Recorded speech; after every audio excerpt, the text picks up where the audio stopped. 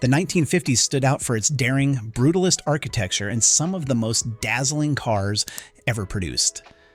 With a thriving post-war economy, households were keen to adorn themselves with gleaming new acquisitions. Automakers engaged in fierce competition to craft the most glamorous and attention-grabbing vehicles imaginable. While some cars of that time were breathtakingly beautiful, others fell into the category of simply being considered unattractive. Presently, we're delving into a conversation about the 10 least desirable American cars from the 1950s that are best left in the past. Number 10, the 1952 Nash Healey represented a unique collaboration between American automaker Nash Kelvinator and the British Donald Healey Motor Company. This partnership, initiated in 1950 and lasting until 1954, aimed to create a distinguished luxury sports car combining American power with British craftsmanship. Initially equipped with Nash's Ambassador drivetrain, the Nash Healey featured a chassis and early bodies designed by Healey. However, its most notable transformation occurred in 1952 when acclaimed Italian designer Battista Farina was brought in for a restyling. Farina's influence on the Nash Healey's design was significant but controversial. The aluminum-bodied Roadster received a lower, one-piece windshield and distinctive rear fender bulges. However, it was the grille and headlights positioned inboard of the front fenders that drew the most attention. These features gave the Nash Healey an unconventional appearance, prompting some to compare it to a car in the act of swallowing another vehicle. Despite its polarizing aesthetics, the Nash Healey gained acclaim for its track performance, securing a class win at the prestigious 24 Hours of Le Mans in 1952 and finishing third overall behind Ferrari and Talbot. Under the hood, the Nash Healey offered two engine options during its production. Early models from 1951 to 1952 were equipped with the Nash Dual Jetfire OHV inline-6 engine, delivering 125 horsepower from 234.8 cubic inches. From 1952 onwards, the engine was upgraded to the Nash Le Mans Dual Jetfire OHV inline-6, producing 140 horsepower from 252 cubic inches. Despite its performance credentials and unique design elements, the Nash Healey struggled to find widespread appeal among mainstream buyers due to its daring grille and headlight placement, which contributed to its divisive reputation. Number 9.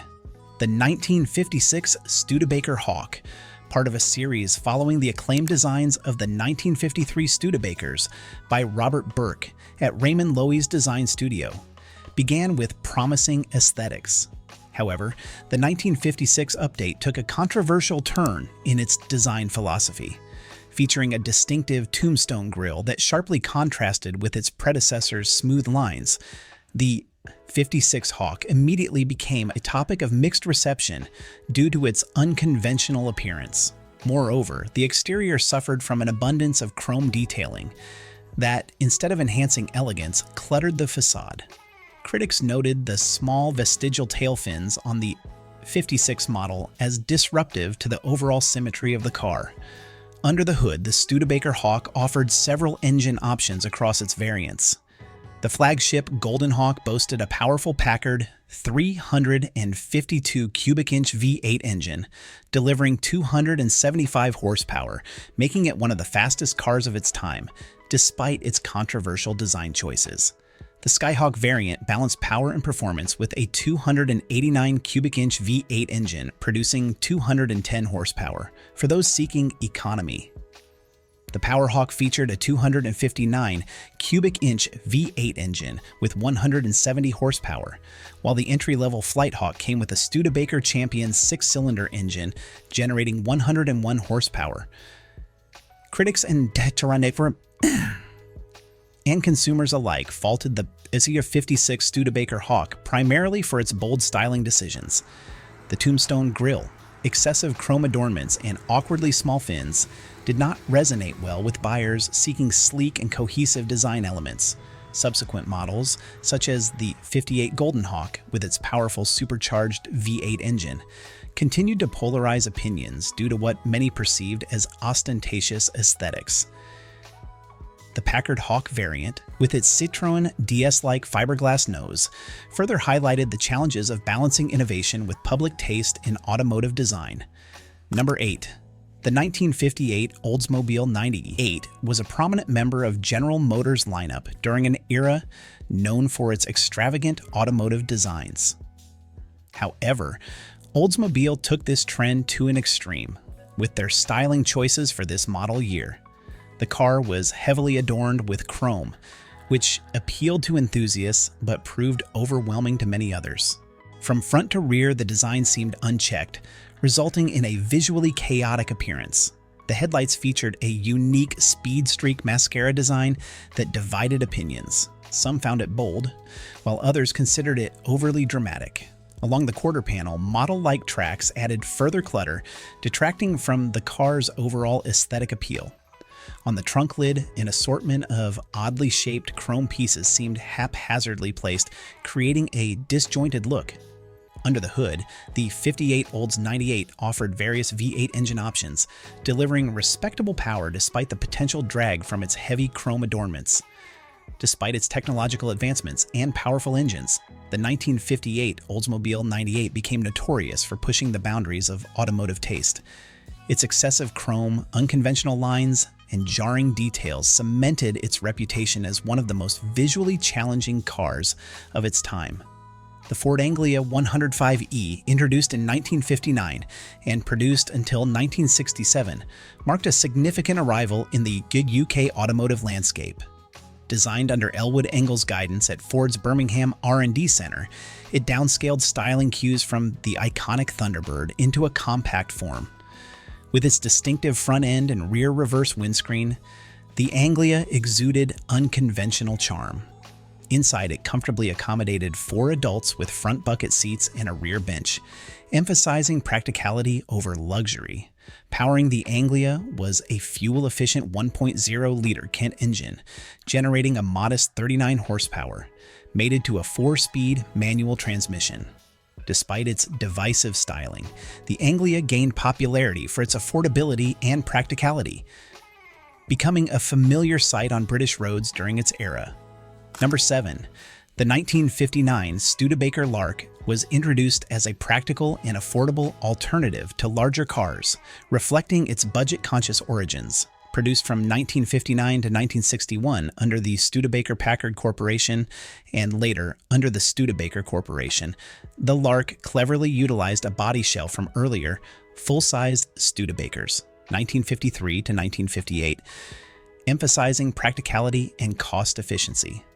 Visually departing from contemporary American car norms, the Lark featured a somewhat unconventional design. It was offered in various body styles, including 2-door coupes, convertibles, sedans, and station wagons, accommodating up to 6 passengers comfortably with ample storage space despite its compact size. Engine options ranged from a 6-cylinder Lark 6 to an 8-cylinder Lark 8, delivering fuel efficiency between 16 to 23 miles per gallon depending on driving conditions. However, the Lark faced criticism for its handling issues, particularly with the V8 versions, experiencing understeer due to their weight. Its design was also considered outdated compared to other American cars of the era, contributing to its struggles against the rising popularity of Rambler vehicles. Number 6. In 1953, Kaiser Motors Corporation unveiled the Kaiser Dragon, a distinctive model based on their second-generation Kaiser car. Renowned for its unconventional design, the Kaiser Dragon featured a double-arch windshield and the unique dare and dip on its rear doors, setting it large apart from its contemporaries. However, it was the 53 Dragon that truly pushed the boundaries of automotive styling.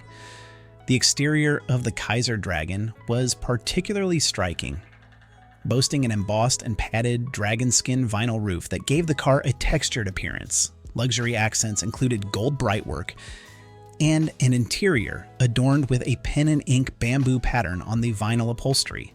These features made the Kaiser Dragon polarizing in terms of design, drawing both admiration and criticism. Positioned above the man Manhattan model, the Dragon targeted luxury seekers and was exclusively available as a four-door sedan, emphasizing comfort and elegance. Standard features included a hydromatic automatic transmission, power steering, an electric clock, and a radio with a rear speaker. Inside, passengers enjoyed front and rear center armrests, numerous courtesy lamps, a heater, tinted glass, and even 14-karat gold-plated hood ornaments and fender nameplates. Personalized nameplates on the glove box door and padded interiors added to its bespoke feel. Under the hood, the Kaiser Dragon was powered by a 226.2 cubic inch supersonic L-head inline-six engine, producing 118 horsepower. Despite its luxurious appointments, the Kaiser Dragon faced challenges in the market. Its bold design choices, such as the dragonskin vinyl roof and extensive use of gold trim, divided public opinion. Combined with its higher price tag compared to competitors like the Buick Roadmaster, these factors limited its sales success. Number 5. Introduced in the middle of the 1953 model year, the Hudson Jet aimed to compete in the compact car segment against the popular Nash Rambler. Hudson, known for its automotive innovations such as enclosed car models, left-side steering, self-starters, and dual brake systems, incorporated its legacy into the Jet. Although it shared some suspension and chassis features with larger Hudson models from 1946 to 1957, including coil springs at the front, leaf springs at the rear, and tubular shocks, the Jet departed from Hudson's distinctive low step-down design. With a 105-inch wheelbase, the Hudson Jet featured one-piece glass windows, both front and rear. Despite its engineering pedigree, detailed engine specifications were scarce, but the Jet maintained Hudson's standards. Despite these attributes, the Hudson Jet struggled in the competitive compact car market of the early 1950s. It failed to achieve the market dominance enjoyed by the Nash Rambler, which overshadowed its sales performance.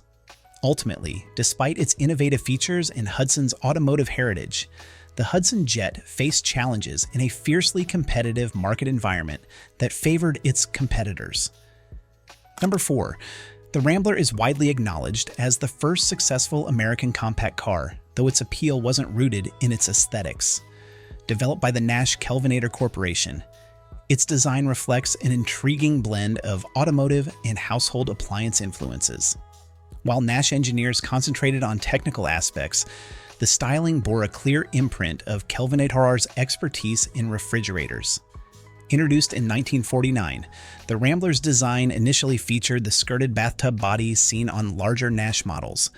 However, when adapted to the smaller Rambler, this feature seemed somewhat awkward.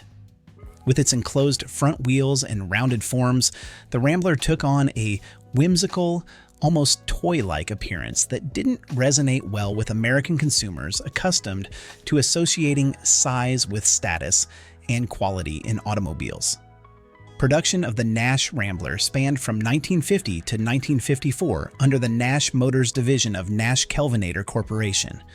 Following a merger with Hudson Motor Car Company in 1954, the newly formed American Motors Corporation continued production until 1955.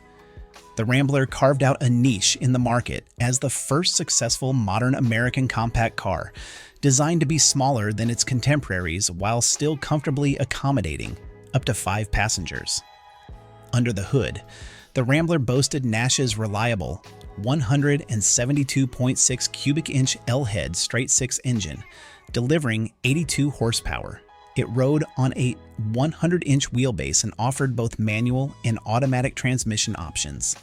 Despite its engineering prowess and pioneering role in the compact car segment, the Rambler faced criticism primarily due to its unconventional styling, particularly the skirted body that seemed outdated on the compact Rambler model. Number 3. The 1950 Studebaker Starlight Coupe remains a standout in automotive history due to its distinctive design that both fascinated and stirred controversy. Produced by the Studebaker Corporation from 1947 to 1955 as part of the Champion and Commander series, it was designed by Virgil Exner, formerly of Raymond Loewy Associates, and embraced the ponton style that became popular after World War II. What sets the Starlight Coupe apart is its unconventional appearance, often described as resembling two cars moving in opposite directions though simultaneously. This effect is largely attributed to its elongated hood light cover over the luggage compartment, reminiscent of an airplane's front. However, its most striking feature is the wraparound rear window, a departure from the traditional design norms of its time. Unlike other cars with separate side windows, the Starlight Coupe boasts a panoramic effect achieved through 4 fixed glass panels, creating an illusion of directionality that captivated viewers. Under the hood, the Starlight Coupe rode on a 113-inch wheelbase and was powered by an inline L-head 6-cylinder engine, delivering 85 horsepower. It also featured innovative Studebaker automatic transmission for smooth shifts and 4-wheel hydraulic drum brakes for reliable stopping power. Despite its engineering innovations, the Starlight Coupe was met with mixed reviews. Its avant-garde styling polarized opinions. Some hailed it as futuristic and bold, while others found its dual-direction appearance perplexing. Critics noted its departure from the era's traditional teardrop-shaped car designs, which contributed to its controversial reception. Number 2. The 1954 Buick marked a significant chapter in Buick's second generation of special models, manufactured from 1949 to 1955. During this era, Buick gained acclaim for its elegant styling and powerful engines. Regarded as some of General Motors' most aesthetically pleasing vehicles of the mid-1950s, Buicks featured distinctive touches like stylish portholes on the front fenders and smoothly curved rear-wheel arches. However, the front-end design of the 1954 models garnered mixed reviews. Criticism often centered on the drooping headlight bezels and somewhat grimacing grille, which gave the car a unique, albeit melancholic appearance, prompting humorous comparisons to Marvin the Paranoid Android from science fiction. Despite these critiques, the 1954 Buick Special had its merits. It offered a range of body styles, including sedans, coupes, and convertibles, catering to diverse buyer preferences and needs of the time. Under the Brauweidarski Idalge for the hood, it boasted the Fireball V5-8 engine with a displacement of 264 cubic inches, delivering approximately 143 horsepower. This engine provided ample power for cruising, coupled with an automatic transmission that ensured a smooth and user-friendly driving experience. Buick swiftly addressed feedback, and by 1955, the design of their models underwent significant improvements, particularly in the front-end styling. The updated models featured a more attractive facelift that not only addressed aesthetic concerns, but also enhanced the overall appeal of Buick cars for years to come. Number 1. Amidst the flamboyant aesthetics of late 1950s American cars, the 1958 Edsel stood out with its polarizing appearance. Despite the era's love for bold styles, the Edsel faced harsh criticism, especially for its front-end design.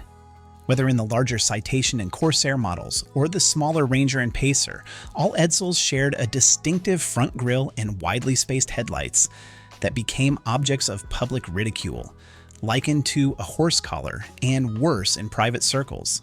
The convertible variant, in particular, raised eyebrows due to its proportions, sparking debates about its structural integrity. The Edsel's large convex quarter panels further contributed to its distinctive yet unwieldy appearance. Beyond just looks, the Edsel struggled with build quality issues, which added to its notoriety. Named after Edsel Ford, son of Henry Ford, the Edsel was launched with ambitious plans to challenge Chrysler and General Motors, aiming for a larger slice of the market.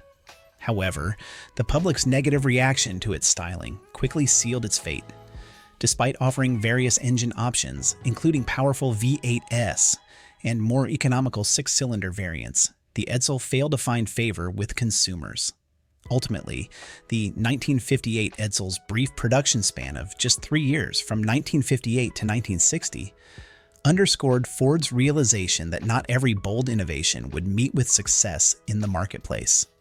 These 10 cars from the 1950s showcase a blend of daring designs and disappointing results, highlighting a decade of American automotive innovation and experimentation. From engines lacking power to impractical features, each car tells a unique story of its time. Which of these vehicles caught you off guard the most? Share your thoughts below and stay tuned for more captivating automotive histories. Thanks for watching DriveTV.